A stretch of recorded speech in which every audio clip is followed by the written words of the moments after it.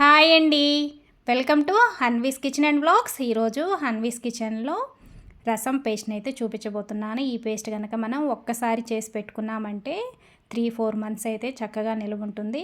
ఆ పేస్ట్ ఎలా చేసుకోవాలి ఏంది అనేది ఇప్పుడైతే చూద్దాము. ముందుగా చింతపండుని తీసుకోవాలి. చింతపండుని ఇది ఒక 150 గ్రామ్స్ చింతపండు ఉంది. దాంట్లో గోరువెచ్చని నీళ్ళు పోసి పక్కన పెట్టుకోవాలి. తర్వాత స్టవ్ మీద ప్యాన్ పెట్టేసేసుకొని దీంట్లో ఒక 4 టేబుల్ స్పూన్స్ ధనియాలు, 2 టేబుల్ స్పూన్స్ జీలకర్ర, అలాగే 1 టేబుల్ స్పూన్ మిరియాలు వేసుకొని కొంచెం ఫ్రై చేసుకోవాలి. అలాగే 4-5 ఎండుమిరపకాయలు కూడా వేసుకొని 2 డ్రాప్స్ ఆయిల్ వేసుకొని చక్కగా ఫ్రై చేసుకోవాలి. లో ఫ్లేమ్లో ఫ్రై చేసుకోవాలి. అప్పుడే మనం వేసిన ధనియాలు, జీలకర్ర, అలా మిరియాల్లో ఉన్న ఫ్లేవర్స్ అనేది చక్కగా బయటకు వస్తాయి. తర్వాత 1 టీ స్పూను మెంతులు కూడా వేసుకొని ఒకసారి ఫ్రై చేసుకోవాలి.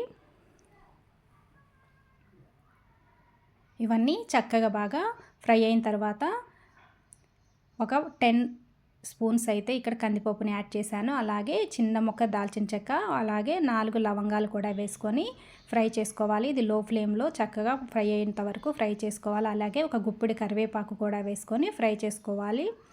ఈ కందిపప్పు కూడా లో ఫ్లేమ్లో ఫ్రై చేసుకుంటే మంచిగా వేగిన స్మెల్ వస్తుంది. అలాగే మనం కరివేపాకు కూడా వేసుకున్నాం కదా, అది ఒకసారి నలిపి చూస్తే క్రిస్పీగా తునిగిపోయేటట్లు ఉండాలి. ఆ విధంగా లో ఫ్లేమ్లో ఫ్రై చేసుకోవాలి.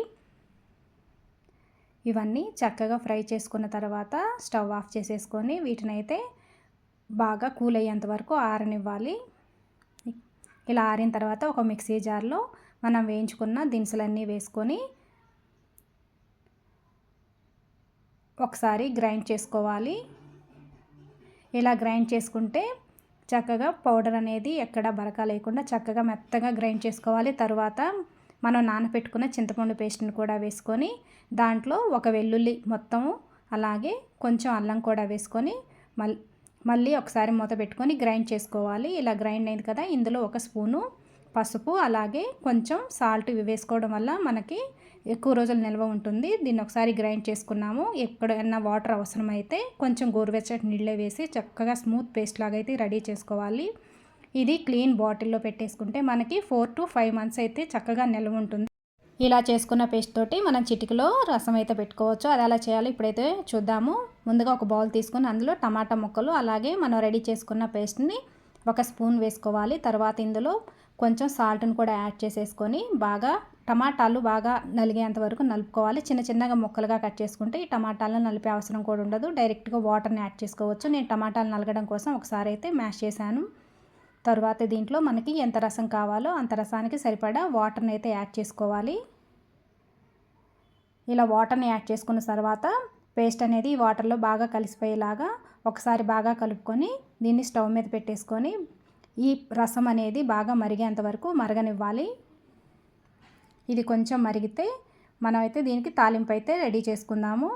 స్టవ్ మీద ఒక ప్యాన్ పెట్టేసుకొని 3-4 టేబుల్ స్పూన్ ఆయిల్ వేసుకొని ఆవాలు, జీలకర్ర వేసి ఇది కొంచెం చిటపటలాడిన తర్వాత వెల్లుల్లి రెమ్మలు, అలాగే ఎండుమిర్చి కూడా వేసుకొని కొంచెం ఫ్రై అయిన తర్వాత కరివేపాకు వేసుకుంటే తాలింపు అనేది రెడీ అయిపోయింది. ఈ తాలింపుని రసంలో యాడ్ చేసుకుంటే రసం అయితే రెడీ అయిపోయింది. ఇందులో కొంచెం కొత్తిమీర కూడా యాడ్ చేసుకొని మరొకసారి కలుపుకుంటే మనం సర్వ్ చేసుకోవడానికి రసం అయితే రెడీ అయిపోయింది. మనం కనుక ఒక్కసారి ఈ పేస్ట్ని కనుక రెడీ చేసి పెట్టుకుంటే అప్పటికప్పుడు రసం చేయాలన్నా చాలా ఈజీగా ఫాస్ట్గా రసం అయితే రెడీ అయిపోతుంది. మీకు నచ్చితే తప్పకుండా ట్రై చేయండి. ఎలా వచ్చింది ఏంటనేది నాకైతే కమెంట్ సెక్షన్లో షేర్ చేయండి. అలాగే నా ఛానల్ని సబ్స్క్రైబ్ చేసుకోండి. Thank you for watching.